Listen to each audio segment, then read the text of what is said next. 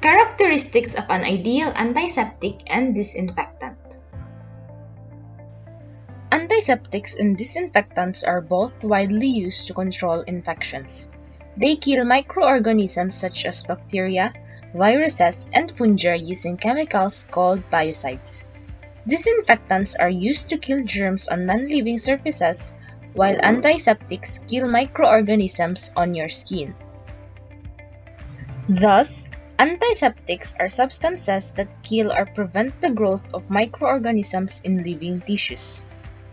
Here are the characteristics of an ideal antiseptic.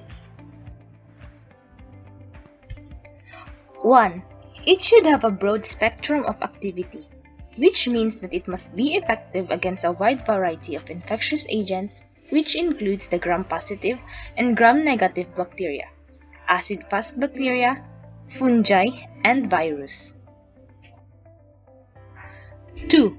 It should not be toxic to human or corrosive.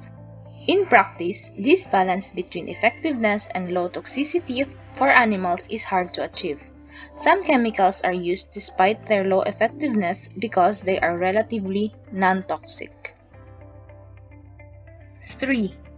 It should have high penetrability, which means that it should be able to penetrate the biofilm of the infectious agents. 4. It should only cause little skin irritation or interference with normal healing process.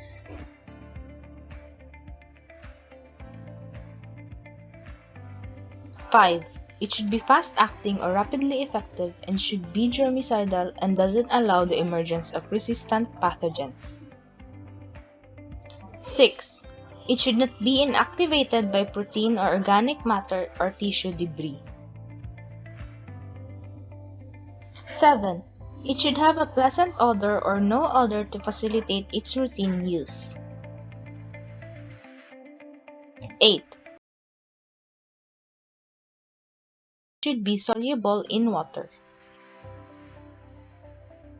9.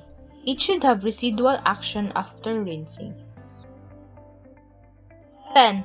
It should be simple, easily available, stable, and economical to use, or simply, it is easy to use with clear label directions, and if possible, it should be relatively inexpensive. A disinfectant is a chemical agent used to destroy microorganisms in inanimate objects.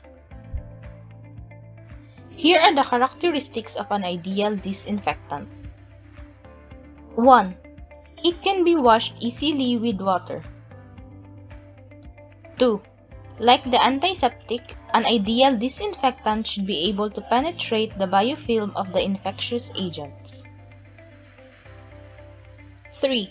It should not corrode instruments and metallic surfaces and should not cause the deterioration of cloth, rubber, plastics, and other materials. 4. It should produce a rapid kill at short contact time. 5. It should not damage the environment upon disposal.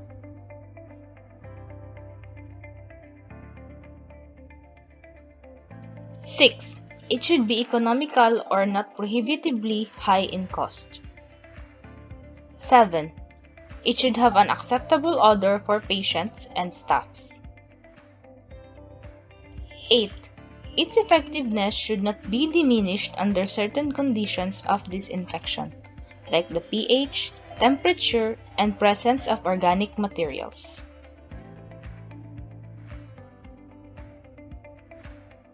9. It should leave an antimicrobial film on the treated surface. 10. It should be stable upon storage and should not undergo any chemical change.